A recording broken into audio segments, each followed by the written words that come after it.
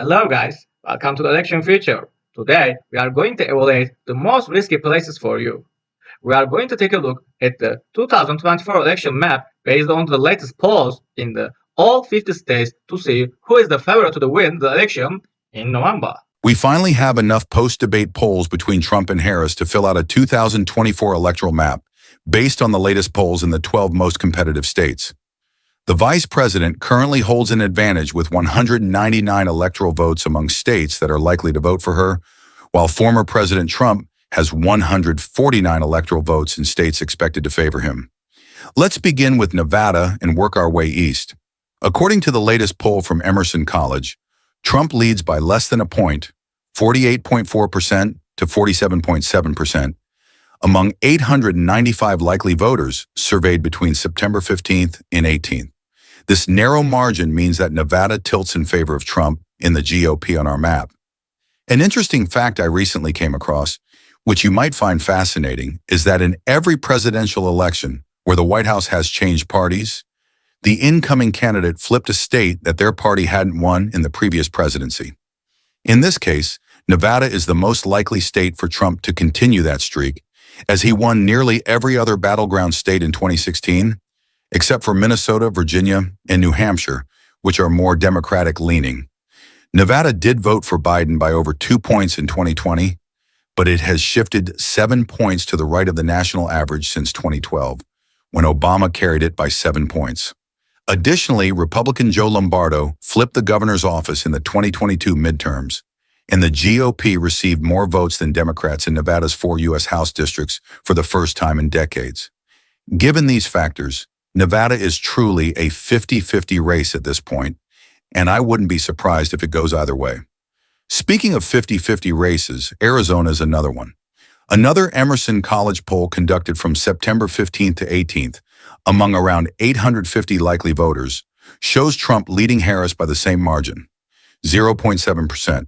Trump is at 49% and Harris is at 48.3%. So Arizona also tilts in favor of Trump. However, Arizona has been trending in the opposite direction compared to Nevada, moving almost 10 points to the left since Mitt Romney defeated Obama here by 9 points in 2012. Flash forward to 2020, and Biden won Arizona by 0.3%, becoming the first Democrat to do so since Bill Clinton in 1996. Additionally, Democrats have won 3 consecutive U.S. Senate races since 2018, as well as the 2022 governor election when Katie Hobbs defeated Kari Lake.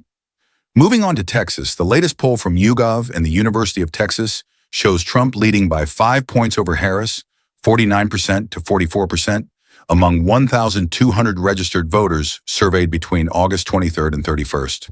This gives Texas a lean GOP margin on our electoral map, adding 40 electoral votes to Trump's tally, bringing him to 206. Texas, the second largest prize on the map, is more of a secondary battleground in this cycle. It would only be in play for Harris in the event of a landslide, which does not appear to be the case. Now let's turn to Georgia, one of the 7 core battleground states. The latest survey from Tip Insights has Trump leading by an even narrower margin, 0.3%, with 47.9% to Harris's 47.6%. Among 835 likely voters surveyed between September 16th and 18th. This places Georgia in the tilt column for Trump. Georgia, like Arizona, had been a reliably red state for several decades until 2020, when Biden became the first Democrat to win Georgia since Bill Clinton in 1992. Clinton did lose Georgia in his 1996 re-election bid, and now we'll see if Harris can keep Georgia blue for a second consecutive cycle after Biden's razor-thin victory over Trump in 2020, winning by just 0.2%. Heading to Florida, which was once synonymous with the term swing state, it has now become strongly Republican-leaning. Trump improved his margin in Florida in 2020, winning by more than 3 points compared to 2016. It was one of only 5 states where Trump performed better in 2020. In 2022, Republican Governor Ron DeSantis and Senator Marco Rubio both won re-election in landslides with margins of over 15 points. The latest poll from 2024, conducted by Redfield and Wilton Strategies, shows Trump leading Harris by 6 points, 50% to 44%, among nearly 1,500 registered voters surveyed between September 6th and 9th.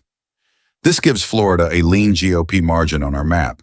To clarify, any margin of less than 3 points is considered a tilt, 3 to 7 points is a lean, 7 to 10 points is likely, and anything greater than 10 points is classified as safe or solid.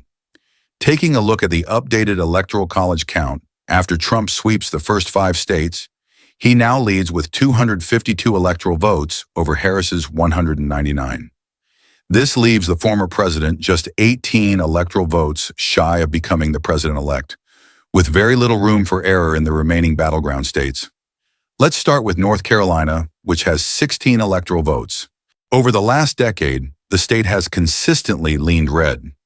After Obama narrowly won North Carolina by 0.3% in 2008, Mitt Romney flipped it back to the Republican column by 2 points in 2012. Trump then expanded his margin to 3.7% in 2016, before it narrowed again to less than 1.5% in 2020. During this time, Republicans also won 4 consecutive U.S. Senate races, each by margins of less than 6%.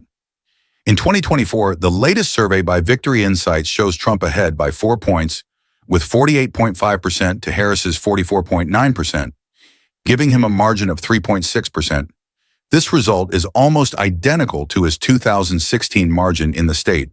The poll, conducted between September 16th and 18th among 600 likely voters, places North Carolina in the lean GOP category.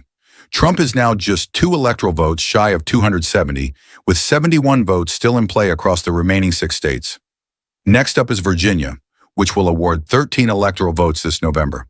According to the latest poll by the Char School and the Washington Post, Harris leads by 8 points, with 51% to Trump's 43%, among more than 1,000 likely voters surveyed between September 4th and 8th. This places Virginia in the likely blue category for Harris, marking the first battleground to go blue in this update. However, Harris's performance in Virginia still falls short of Biden's 10-point margin in 2020. Before we move on to the upper Rust Belt states, let's quickly address New Hampshire. It has been a consistent lean blue state in recent election cycles. In 2020, Biden carried New Hampshire by 7 points, a significant shift to the left from 2016, when Clinton nearly lost to Trump. For 2024, the latest poll shows Harris leading by the same 8-point margin as in Virginia, with 51% to Trump's 43%, according to a St. Anselm College survey conducted between September 11th and 12th, sampling over 2,000 likely voters. As a result, New Hampshire also falls into the likely blue column, blending in with the rest of the Democratic-dominated Northeast and keeping Harris competitive as we turn our attention to the Rust Belt. The Rust Belt trio, Wisconsin, Michigan, and Pennsylvania, has decided the last 2 presidential elections. In 2016, had Hillary Clinton held these 3 states, she would have won with 270 electoral votes. Similarly, in 2020, if Biden had not flipped them back, Trump would be serving a second term today. Let's start with the bluest of the 3, Minnesota, which has 10 electoral votes. Although it doesn't receive as much attention as the other Rust Belt states, Minnesota has not voted Republican in over 50 years, holding the longest active Democratic streak in the nation. While it seemed competitive earlier in the cycle, especially with Biden in the race, Harris, alongside her running mate, Minnesota Governor Tim Walz, has consistently led Trump in every poll since Biden dropped out. The latest poll, conducted by the Minneapolis Post and Embold Research, shows Harris ahead by 4.2 points, with 48.8% to Trump's 44.6%, among more than 1,500 likely voters surveyed between September 4th and 8th. Minnesota, therefore, leans blue on our map. This brings us to the remaining Rust Belt states, Wisconsin, Michigan, and Pennsylvania, often referred to as the WIMP states due to their abbreviations.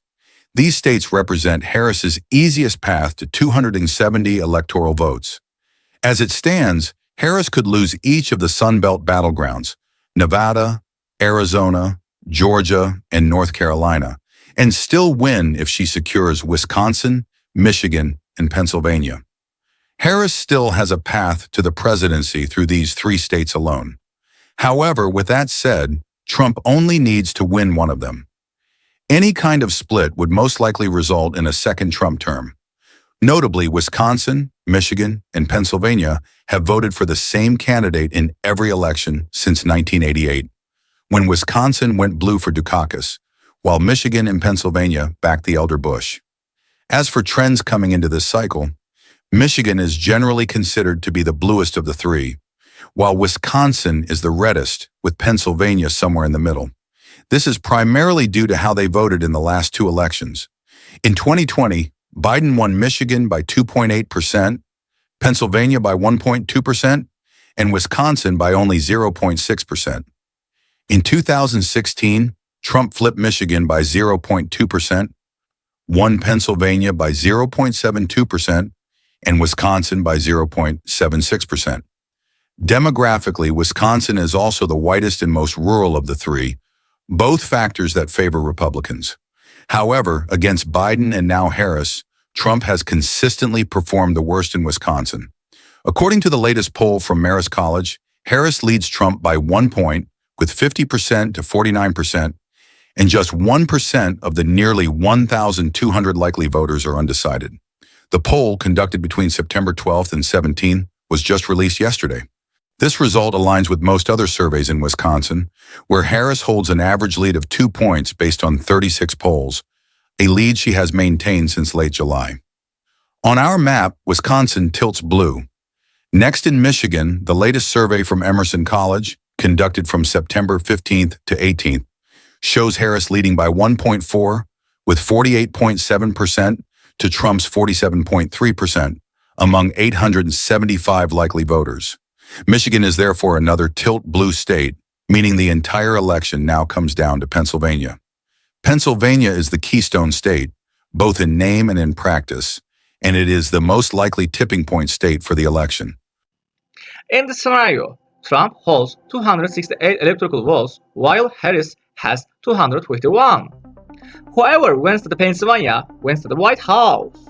According to the Nate Silver presidential forecast, Pennsylvania has a percentage of 33 chance of being the deciding state in the election, more than double the likelihood of the next closest states, Wisconsin and Michigan. Now, for the drum roll, please, the latest poll in Pennsylvania, part of the same batch of Emerson College surveys, shows that Trump's leading by 0.9 points, with 48.1 to Harris' 47.2 among 780 likely voters. This narrow margin tipped in favor of the former president, making Trump the president election in this polling update with 278 electoral votes over Harris' 251. This would not only be one of the narrowest electoral vote margin in presidential election history, but perhaps the closest race at the margin as well. Neither Trump nor Harris leads by more than 2 points in any of the 6 key battleground states: Wisconsin, Michigan, and Pennsylvania in the Rust Belt, and Georgia, Arizona, and Nevada across to the Sun Belt. We'll be analyzing the latest poll in Colorado for the 2024 USA presidential election. Historically, Democrats have constantly received the most voters in Colorado in past presidential elections. Notably, in 2020, Democrats increased their support in the state, widening the gap with the Republican to percentage of 13. In the first polls of 498 local voters conducted by Morning Consult between the August 13 and September 8, Kamala Harris received percentage of 55 of the vote, while Trump received percentage of 14. Harris lead by 15 points in this poll. In the second half of the final poll of 512 likely voters conducted by Morning Consult between September 9 and 18, Harris received percentage of 53 of the vote, while Trump received percentage of 42. In this poll, Harris led Trump by 11 points. As a result, according to these polls, the Democrat, namely Kamala Harris, continued to garner more support than Donald Trump in Colorado, with Harris maintaining her lead over Trump. The election in November will apparently be very exciting.